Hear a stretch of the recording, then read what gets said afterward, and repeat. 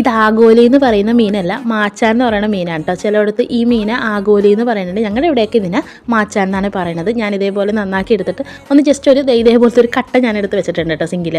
കഴിഞ്ഞ പ്രാവശ്യം ഒരു വീഡിയോ ഇട്ടപ്പോൾ എന്നോട് ചോദിച്ചു ഇത് കട്ടയാണോ കല്ലാണോ എന്ന് ചോദിച്ചു. അപ്പം ഞാൻ പറഞ്ഞു ഒരു കല്ല് എന്നാണ് ഞാൻ അന്നതിനകത്ത് പറഞ്ഞത് കേട്ടോ. ഇതേപോലെ ഞാൻ നന്നാക്കി എടുത്ത് ആ ചുണ്ടിൻ്റെ ഭാഗം ഇങ്ങനെ കട്ട് ചെയ്തിട്ട് ചെകിള പൊളിച്ചിട്ട് അതിൻ്റെ ഉള്ളിൽ നിന്ന് കുടലെടുക്കും. അത്രയേ ഉള്ളൂ അതിൻ്റെ ഉള്ളിൽ തഴുക്കട്ടോ. ഞാനിത് കറി വെക്കണതും കൂടി കാണിച്ചു തരാം കേട്ടോ. മഞ്ഞപ്പൊടി, മുളക് പൊടി ഓരോരുത്തരുടെ എരിവിനനുസരിച്ച് അത് രണ്ടും കൊടുക്കാം കേട്ടോ. എന്നിട്ട് ജസ്റ്റ് ഒന്ന് കുതിർക്കാൻ വേണ്ടി കുറച്ച് വെള്ളത്തിലൊന്ന് മിക്സ് ചെയ്ത് വെക്കുക. ആവശ്യത്തിനുള്ള പുളി കുറച്ച് വെള്ളത്തിലൊന്ന് കുതിരാൻ വേണ്ടി വെക്കുക. എന്നിട്ട് ഉള്ളിയും പച്ചമുളകും ഇഞ്ചിയും വേപ്പിലേക്ക് കൂടിയിട്ട് ഒന്ന് വഴന്ന് വരുമ്പോഴേക്കാളും ആ മുളകിൻ്റെ മിക്സും കൂടി അതിനകത്തോട്ട് ഇട്ടിട്ട് പച്ചമണം മാറുന്ന അത്രയും നേരം വഴറ്റിയിട്ട് തേങ്ങാപ്പാൽ ഒഴിച്ചു കൊടുക്കാം കേട്ടോ. 1-2 തേങ്ങാപ്പാൽ. എന്നിട്ട് വേണം പുളിയും ഉപ്പും ഇട്ടിട്ട് മീനും കൂടി ഇട്ട് കൊടുക്കാനായിട്ട്. ഒരുപാട് വേവുള്ള മീനല്ല കേട്ടോ ഇത്. ഇതിൻ്റെ മുള്ള് വരെ നമുക്ക് കടിച്ച് കഴിക്കാൻ പറ്റുന്ന മുള്ളാണ്. വെള്ളാങ്കണ്ണിയിലത്തെ ക്ഷീണം കാരണം ഇത്തും അങ്ങനെ വാടി പോയിട്ടില്ല. ഞാൻ ഇത്തും കൂടി കണ്ടപ്പോൾ ചോറ് കഴിക്കുന്നത്. ഞാൻ വെക്കുന്ന രീതിക്കാണ് ഈ മാച്ചാൻ കറി ഞാൻ കാണിച്ചു തന്നേക്കുന്നത്. ഞങ്ങളുടെ ഇവിടെ ഈ മീനെ പറയണത് മാച്ചാൻ എന്നാണ് കേട്ടോ.